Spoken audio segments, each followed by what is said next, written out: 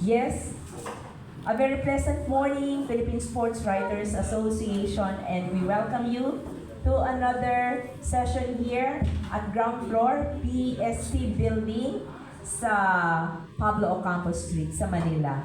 And in behalf of our President Francis Ochoa of the Philippine Daily Inquirer, we welcome you to another session. We will be having a two-part session. We have our World Boxing Champions sa first part, and then later we'll be having Mr. Butch Antonio of the Samahang Basketball ng Pilipinas to talk about the Siyaba Under-16 Basketball Championship. Okay, sa ngalan po ng ating mga sponsors, Philippine Sports Commission, Philippine Olympic Committee, San Miguel Corporation, SMART and PLDT, Milo and Arena Plus, sana po magkakasama tayo via our live streaming PSA or Philippine Sports Writers Association Facebook page, and likewise on a delayed basis over Radyo Pilipinas 2, ang ating paning sports radio. Ako po si Judy Caringal on behalf of my partner Randy Kaluwag. Okay, to talk about his forthcoming title defense, the IBF minimum weight flyweight title, we have Pedro Taduran, Pedro Buboy Taduran as our guest.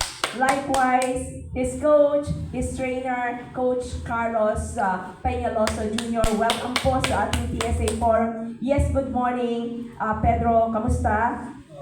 Yes. Okay lang po. Magandang araw po sa inyong lahat po. Yes. At si Coach, gaano po kahanda si Pedro para sa laban na ito?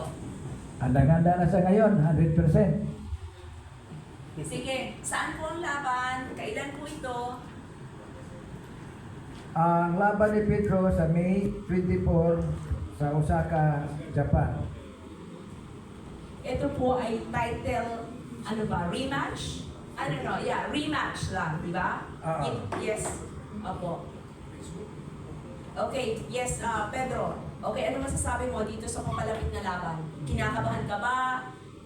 Ano bang nasa isip mo dahil si Shigioka ulit ang ating haharapin?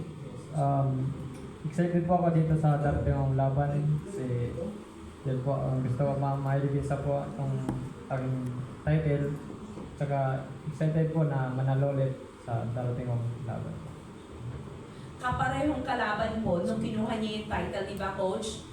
Okay? Noong 2024, last July, okay? Sa tingin niyo ba, ano ulit ang estilo ika nga nitong Shigioka? Porque tinalo niyo na nung unang pagkakataon tapos ngayon, title defense.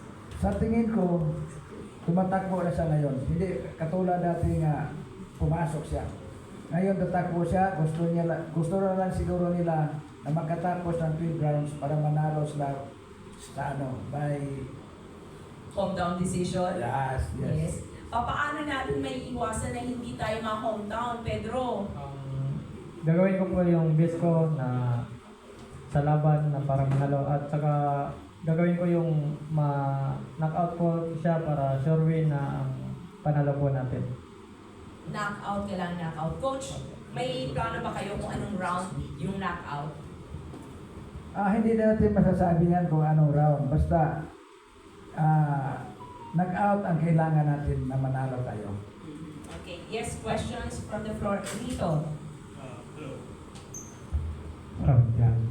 Manolin, Ilorio na po sa Abante. Kaya Champ muna. Champ na alam natin mag-a-adjust ng kalaban mo. But sa atin, paano mo ginawa paano mo ginawa ni Coach yung kailangan paghahanda para dito sa rematch ng kapag?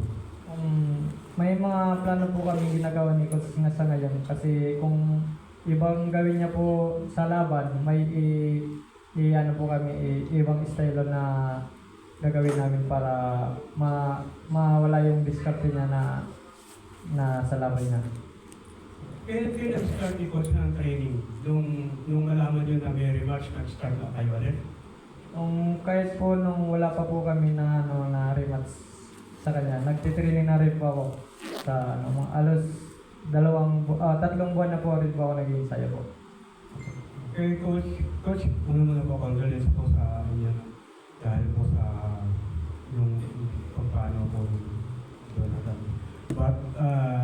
time po, coach. Siyempre, babawi yung kalaban nyo. Paano nyo ngayon pinaghanda ng malalim si Buboy? Grabe ang handa namin ngayon. Wala kaming tigil sa pag-ensayo. Araw-araw yan. Coach, pagkatapos ng sakaling may depensa ni Buboy yung magandang ano na yan, belt na yan, ano yung nakasunod na plano sa kanya? Ang plano namin, pag manalo kami ngayon, ang target namin si Oscar Colasso, champion ng WBE, WBO, Unification. Ano naman yung karakter nito ni Violado?